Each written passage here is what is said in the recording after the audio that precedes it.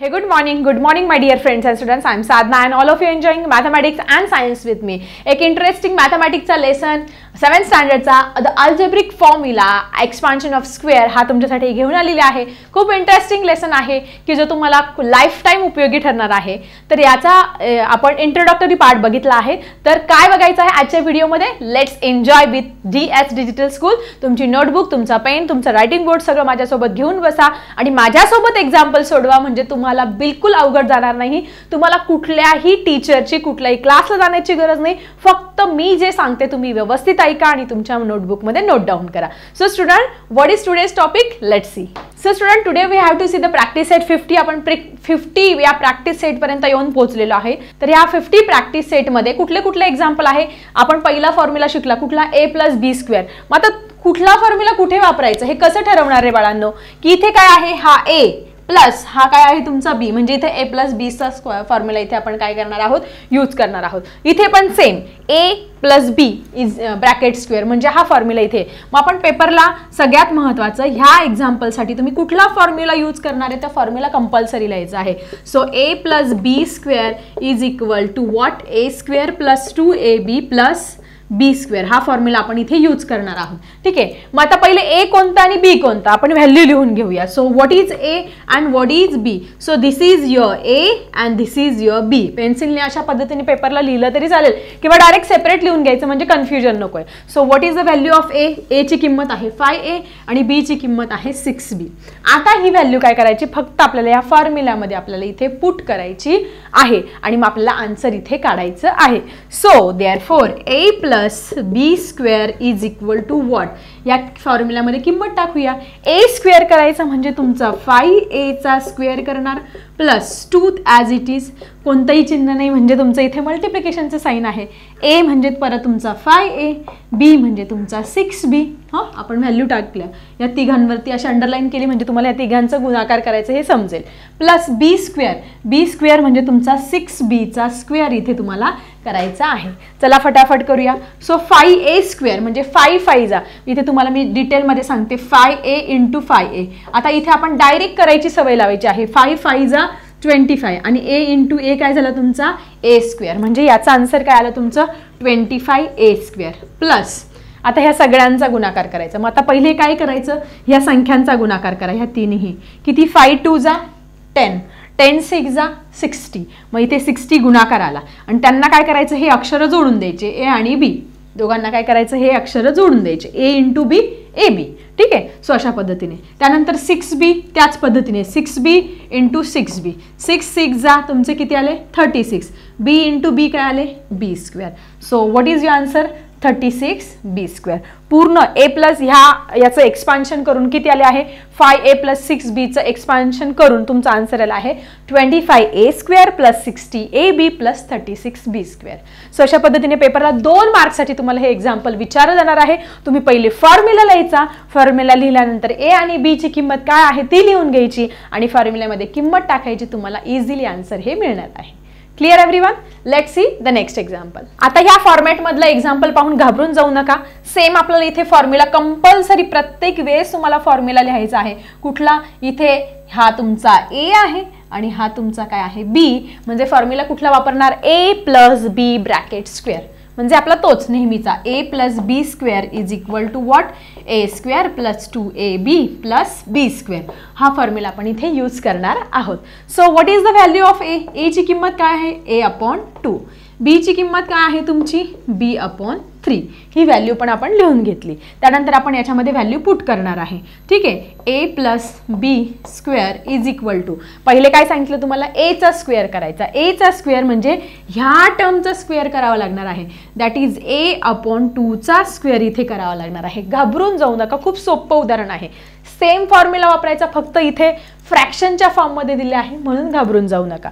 So plus as it is 2 दिलेला आहे. 2 पण तसाच तसा लिहिला. a ची किंमत काय आहे तुमची? a ची किंमत आहे a/2 लिहून घेतली. Into b. b ची किंमत काय आहे तुमची? b ची किंमत आहे b/3 ती पण लिहून घेतली. प्लस इथे काय आहे? मल्टिप्लिकेशन नाही आहे, प्लस आहे. प्लस b चा स्क्वेअर म्हणजे कशाचा स्क्वेअर करणार तुम्ही? b/3 चा स्क्वेअर करणार आहोत. ठीक आहे. सो आपण आता पुढची स्टेप करूया. मग आता a/2 चा स्क्वेअर म्हणजे काय रे बाळांनो, इथे तुम्हाला डिटेल सांगते. a/2 इंटू a/2 काय होणार, a इंटू a स्क्वेअर, 2 2 जा 4, म्हणजे याचा स्क्वेअर काय होणार आहे तुमचा a स्क्वेअर अपॉन 4. a चा वर्ग a वर्ग आणि 2 चा वर्ग 2 + 2 इंटू 4 झालं. त्यानंतर इथे 2 2 तुमचे कट होणार आहे, 2 1 जा 2, 2 1 जा 2, क्रॉस मल्टिप्लिकेशन होतं असं तुम्हाला माहिती आहे. मग राहिलं काय तुमचं हे plus sign as it is. Plus sign as it is दिल्यानंतर हे a इंटू बी राहिलं, a बी लिहिलं आणि त्याच्या अपॉन काय राहिलं तुमचा 3 राहिलेला आहे. ठीक आहे. मग आता याचा पण स्क्वेअर करणार आहे. बीचा square same b into B square, 3चा square 3 into 3 9. So अशा पद्धतीने याचं एक्सपान्शन केल्यानंतर तुमचा आन्सर काय मिळाला, a square upon 4 plus ab upon 3 plus b square upon 9. ठीक आहे. एक्झाम्पल परत बघा म्हणजे काही प्रॉब्लेम येणार नाही. फक्त फॉर्म्युला लिहिला, फॉर्म्युल्यामध्ये अशा किमती टाकल्या, याच्यामध्ये याचा स्क्वेअर आणि छेदाचा पण स्क्वेअर केला आणि अंशाचा पण स्क्वेअर केला. इथे क्रॉस मल्टिप्लायमध्ये हा 2 कट झाला, ह्या दोघांचा गुणाकार करून ab आला, छेद 3 तसाच तसा आला, याचा स्क्वेअर केला b स्क्वेअर आला, 3चा स्क्वेअर केला 9 आला. सो अशा पद्धतीने आपण तुमच्या प्रॅक्टिस सेट 50 मधलं फर्स्ट आणि सेकंड एक्झाम्पल बघितलं आहे. So student let's see the next example. So student let's see the next example. 3rd नंबरचं एक्झाम्पल बघणार आहोत. आता पहिलं आणि दुसरं एक्झाम्पल आणि तिसरं चौथं एक्झाम्पल काय फरक आहे बघा. तिथे काय होतं तुमचं मध्ये जे चिन्ह होतं प्लस होतं, म्हणजे a प्लस बी स्क्वेअर हा फॉर्म्युला इथे वापरला. पण इथे मध्ये साईन काय आहे मायनस, म्हणजे हा आहे तुमचा a, हा आहे तुमचा b, म्हणजे a minus b bracket square हा फॉर्म्युला इथे यूज करायचा आहे. सेम इथे a आहे, हा मायनस आणि हा तुमचा b आहे. म्हणजे या दोघी एक्झाम्पलमध्ये लक्षात आलं फरक तुम्हाला की प्लस कधी यूज करायचा आणि मायनस कधी. जर मध्ये प्लस साईन असेल आणि ब्रॅकेटचा स्क्वेअर दिला असेल तर त्यावेळेस प्लसचा फॉर्म्युला वापरायचा, आणि मध्ये जर साईन तुमचं वजाबाकीचं म्हणजे मायनस दिलं असेल आणि ब्रॅकेटचा स्क्वेअर दिला असेल तर त्यावेळेस तुमचा a मायनस बी स्क्वेअर हा फॉर्म्युला इथे यूज करायचा आहे. So what is our formula, फटाफट लिहून घेऊया. इथे मायनस आहे म्हणून आपण आपला मायनसचा फॉर्म्युला वापरणार आहोत. a minus B square is equal to same formula आहे, फक्त पहिलं चिन्ह बदलतंय, a square minus 2ab plus B square. ठीक आहे. सो अशा पद्धतीने त्यानंतर a ची व्हॅल्यू काय आहे लिहून घेऊया. a ची व्हॅल्यू आहे 2p, त्यानंतर b ची व्हॅल्यू आहे तुमची 3q. ही 3q व्हॅल्यू लिहून घेतलेली आहे. आता आपल्याला फक्त फॉर्म्युलामध्ये किमती टाकायच्या. a मायनस बी स्क्वेअर लिहून घेतला, a स्क्वेअर म्हणजे 2pचा स्क्वेअर इथे करणार आहोत, मायनस 2 इंटू a दिलेला आहे, a म्हणजे काय तुमचा 2p इंटू b दिलेला आहे, b म्हणजे तुमचा 3q. ठीक आहे. प्लस बी स्क्वेअर म्हणजे तुमचा कशाचा स्क्वेअर करायचा आहे इथे 3qचा स्क्वेअर इथे अशा पद्धतीने करणार आहोत. ठीक आहे. आता आपल्याला फाइंड करायचं. मग 2चा स्क्वेअर किती आला 4 आणि पीचा square P square, P into P square. त्यानंतर हे minus sign as it is. एकाला जरी मायनस साईन असेल तर पूर्ण संख्याला काय होतं मायनस साईन येत असतं. आता या संख्यांचा गुणाकार करूया. 2 2 जा 4, 4 3 जा 12 किंवा 3 2 6 6 2 12 12 आले. नंतर हे p इंटू क्यू काय झाले तुमचे pq, हे लिहून घेतलं, plus sign as it is. 3चा स्क्वेअर किती आला 9, क्यूचा स्क्वेअर क्यू स्क्वेअर. सो अशा पद्धतीने 2p minus 3q bracket square याचं एक्सपान्शन आलेलं आहे 4p square minus 12pq plus 9q square. So student let's see the next exam. आता नेक्स्ट एक्झाम्पल हे अशा पद्धतीने म्हणून घाबरून जाऊ नका. पहिले नेहमीप्रमाणे हा तुमचा a आहे आणि हा तुमचा b आहे हे ठरवून घ्या. फॉर्म्युला कोणता वापरायचा सगळ्यांना माहिती आहे, मायनस आहे म्हणून आपला मायनसचा formula a minus B square is equal to a square minus 2ab plus B square हा फॉर्म्युला इथे यूज करणार आहे. a ची व्हॅल्यू काय आहे x, b ची व्हॅल्यू आहे 2/x. ठीक आहे. व्हॅल्यू पण लिहून घेतली. चला आता आपल्याला काय करायचं फक्त त्याच्यामध्ये किमती टाकायच्या आहे. ठीक आहे. हे एक्झाम्पल इकडचं आहे. त्यानंतर मग a स्क्वेअर सांगितला म्हणजे काय करायचं बाळांनो, इथे xचा स्क्वेअर करायचा, minus sign as it is. आपण याच्यात किमती टाकतो, इकडे लक्ष द्या तुम्ही. सो a स्क्वेअर म्हणजे एक्सचा square minus sign as it is into 2 तसाच तसा लिहिला, इंटू a म्हणजे परत काय येईल तुमचा x, इंटू b म्हणजे काय येईल 2/x. येते लक्षात. प्लस बी स्क्वेअर म्हणजे 2/xचा स्क्वेअर इथे करणार आहोत. ठीक आहे. मग एक्सचा स्क्वेअर एक्स स्क्वेअर मायनस, आता इथे काय झालं तुमचा हा x कॅन्सल झाला, x1 जा x, x1 जा x, क्रॉस मल्टिप्लिकेशनमध्ये अशा पद्धतीने कॅन्सल होतं. -2 इंटू 2 2 जा 4 आणि minus plus become minus. So इथे 2 गुणिले 2 4 आले, चिन्ह मायनसचं ॲज इट इज राहिलं.